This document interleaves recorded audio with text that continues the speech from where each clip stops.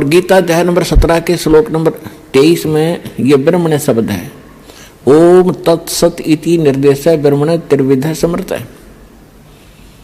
उसमें लिखा है कि ब्रह्मण्य माने सच्चिदानंद घन ब्रह्म यानी पूर्ण परमात्मा के पाने के लिए 3 मंत्र के जाप का निर्देश है। ओम तत्सत।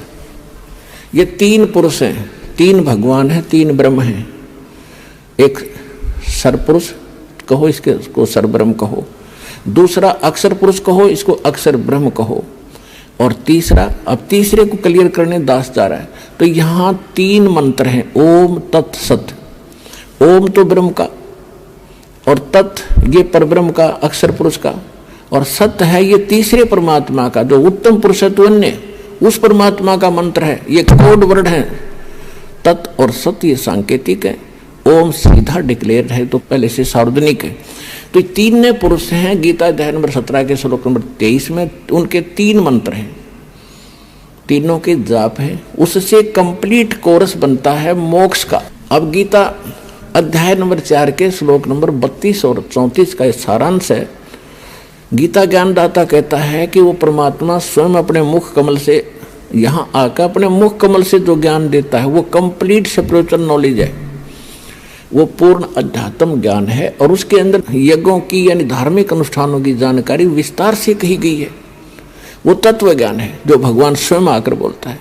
वो ज्ञान अब तुझे तत्वदर्शी संतों के पास मिलेगा। चौथे अध्याय के 34वें श्लोक में कहा कि उनसे पूछ ले। तो कहता मैं भी इससे परिचित नहीं हूं। अब 7वें अध्याय के 29वें श्लोक में गीता ज्ञानदाता कहता है कि अर्जुन, जो मेरे इस ज्ञान को आश्रय कर लेगा, तत्वदर्शी संत खोज लेता है, उसको तत्वदर्शी संत मिल जाते हैं जो पूर्ण परमात्मा की यथार्थ भक्ति और ज्ञान जानते हैं। उसके पश्चात उनकी क्या स्थिति होती है कि जरा मरण मोक्षाय यतन्ति ते, जरा मरण मोक्षाय यतन्ति ये ते ब्रह्म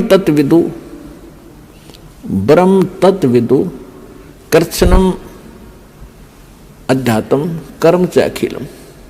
जो केवल जरा और मरण से छूटने के लिए यानी जरा माने वृद्धावस्था का कष्ट, बुढ़ापे का दुख और मृत्यु के कष्ट से जो छूटने का प्रयत्न कर रहे हैं और इस संसार की किसी वस्तु की इच्छा नहीं रखते, उन्होंने इस संसार को असार जान लिया है, तो वो उस तत्ब्रह्म से परिचित हैं और सारे दातम ज्ञान से परिचित हैं और सभी कर्मों से परिचित हैं। वो व्यक्ति जो केवल इस संसार के संसारिक सुखों में राजपाट के चक्कर में ना पड़ के केवल मोक्ष प्राप्ति, बुढ़ापे का दुख और मृत्यु के दुख से जो छूटने का प्रयत्न कर रहे हैं, वो उस परमात्मा तत्ब्रह्म से परिचित हैं।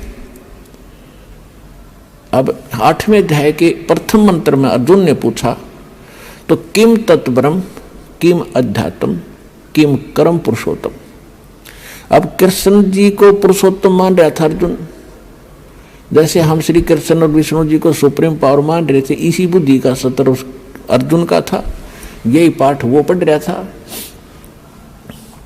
तो उस समय गीता ज्ञानदाता कहता है, श्री कृष्ण में बोल रहा है, ये काल भगवान ब्रह्म ये कह रहा है 8वें अध्याय के 3 मंत्र में उत्तर दिया अर्जुन के प्रथम मंत्र का प्रश्न का कि वो परम अक्षर ब्रह्म है। कौन है वो परम अक्षर ब्रह्म? जिसके जानने के बाद उस तत्वदर्शी संत की प्राप्ति के उपरांत जो उसको समझ जाते हैं, वो केवल यहाँ के संसारिक सुखों के अतिरिक्त से हटकर केवल मोक्ष की ही कामना करते हैं, वो परम अक्षर ब्रह्म है। अब हम आते हैं 8वें अध्याय के 5 और 7 मंत्र में गीता ज्ञानदाता कहता अर्जुन मेरी भक्ति करेगा तो मुझे प्राप्त होगा, युद्ध भी कर, मेरा मंत्र है ओम नाम का बता दिया। 8वें अध्याय के 13वें श्लोक में ओम इति एकाक्षरम ब्रह्म व्यवहारण माम अनुसमरण ये प्रयाति तजंदे हमसे याति परमाम गति। मुझ ब्रह्म का केवल एक ओम मंत्र है, इसकी जो आखिरी सांस तक भक्ति करता रहेगा तो मेरे वाले ओम नाम से मिलने वाली जो राहत है वो मिलेगी तुझे, इतनी गति तेरी हो जाएगी। लेकिन युद्ध करना पड़ेगा, युद्ध भी कर, मेरा सेवन भी कर। 8वें अध्याय के 5 और 7 श्लोक में अपने आत्मा जहाँ युद्ध करना है वह शांति का गीता अध्याय नंबर 18 के श्लोक नंबर 62 में कहा कि उस परमेश्वर की शरण में जा तो सर्वभाव से, उसकी कृपा से तो परम शांति को और सनातन परम धाम को प्राप्त होगा। गीता ज्ञानदाता अपने आप बताता है दूसरे अध्याय के 12वें श्लोक में, चौथे अध्याय के 5 और 9 श्लोक में, 10वें अध्याय के दूसरे श्लोक में कि अर्जुन तेरे और मेरे बहुत जन्म हो लिए, तू नहीं जानता मैं जानता। इससे सिद्ध है कि जन्म मृत्यु श्री कृष्ण में बोल रहा है, जो भगवान तुम श्री कृष्ण ही मान रहे हो स्वामी जी, तो श्री कृष्ण जी भी जन्म मृत्यु में कहता है। गीता ज्ञानदाता स्वयं कहता मेरी जन्म मृत्यु होती है। तो जब तक जन्म मृत्यु है तो शांति कहाँ? गीता अध्याय नंबर 15 के श्लोक नंबर 4 में कहा कि तत्वदर्शी संत की प्राप्ति के उपरांत परमेश्वर के उस परम पद की खोज करनी चाहिए, जहाँ जाने के बाद साधक फिर लौटकर कभी संसार में नहीं आते, उनकी कभी जन्म मृत्यु नहीं होती। और केवल उस परमात्मा की भक्ति करो और सब त्याग दो जिसने सब ब्रह्मांडों की रचना की है। अब गीता ज्ञानदाता तो कह रहा स्वामी जी कि किसी और परमात्मा है, उसकी साधना करने से जन्म मृत्यु कभी नहीं होती, और आप स्वयं स्वीकार कर रहे हो कि मैं स्वर्ग जाऊंगा फिर पता नहीं कहाँ जन्म होगा। तो ये खाक साधना है। फिर क्या समझा आपने सदग्रंथों को, क्या समझा आपने श्रीमद् भगवत गीता को? अब 5 वर्ष का बालक ऐसा मुंह तोड़ जवाब दे रहा है 104 साल के ब्राह्मण को।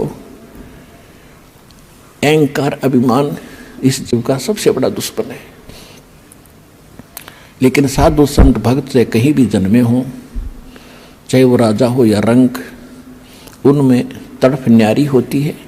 समय आने पर वो सब त्याग देते हैं जिनके शुभ लक्षण होते हैं, जिनके शुभ संस्कार अधिक होते हैं। अब स्वामी जी सुन रहे हैं, अंदर कलेजा छिल रहा है, ऊपर से ब्राह्मण बने बैठे हैं। अभी अब परमात्मा आगे बता रहे हैं गीता अध्याय नंबर 15 के श्लोक नंबर 16 और 17 में जो 3 पुरुष बताए, सरपुरुष अक्षर पुरुष, ये 16वें श्लोक में बता दिया। 17वें में उत्तम पुरुष है तो अन्य परमात्मा इति उदाहरत है, यह लोक धर्म अविश्य विवर्ती अवैश्वर है। अब गीता अध्याय नंबर 15 के श्लोक नंबर 1 से इसका लिंक है, ऊपर को जड़ और नीचे को तीनों गुण रूपी शाखा वाला। ये उल्टा लटका हुआ संसार रूपी वृक्ष है, जिसकी ऊपर को जड़ है वो तो पूर्ण परमात्मा है, और नीचे को तीनों गुण रजगुण ब्रह्मा सदगुण विष्णु तम गुण शिव जी रूपी शाखा है। तो परमात्मा ने स्वयं आकर बताया था कि अक्षर पुरुष एक पेड़ है, सरपुरुष यानी ज्योत निरंजन वा की डार, और तीनों देवा शाखा है, ये पात्र रूप संसार। अब ये दास बता रहा है कि जो जड़ है वो परम अक्षर ब्रह्म है। गीता अध्याय नंबर 8 के श्लोक नंबर 3 वाला वो परम अक्षर ब्रह्म है। वो परम अक्षर पुरुष कहो, परम अक्षर ब्रह्म कहो। और गीता अध्याय नंबर 15 के श्लोक नंबर अब 17 पर आते हैं, उत्तम पुरुष है तो अन्य परमात्मा इति उदाहरत है, यह लोक धर्म अविश्य विवर्ती अवैश्वर है। उत्तम पुरुष, पुरुषोत्तम यानी श्रेष्ठ भगवान, जिसको परमात्मा कह सकते हैं, कहा जाता है, जो वास्तव में अविनाशी है, जो सबका धारण पोषण करता है, सबके तीनों लोकों में प्रवेश करके सबका धारण पोषण करता है, वो अविनाशी परमात्मा है। वो परम अक्षर ब्रह्म है। वो संसार रूपी वृक्ष की जड़ है, जिससे सबकी परवरिश होती है। पूरे वृक्ष की परवरिश जड़ से होती है, मूल से होती है। तो वो परम अक्षर ब्रह्म जो है वो जड़ है पूरे संसार की, वो परम अक्षर ब्रह्म है। गीता अध्याय नंबर 18 के श्लोक 62 में जिसके विषय में कहा है कि अर्जुन तू सर्वभाव से उस परमेश्वर की शरण में जा, उसकी कृपा से तू परम शांति को और सनातन परम धाम को प्राप्त होगा।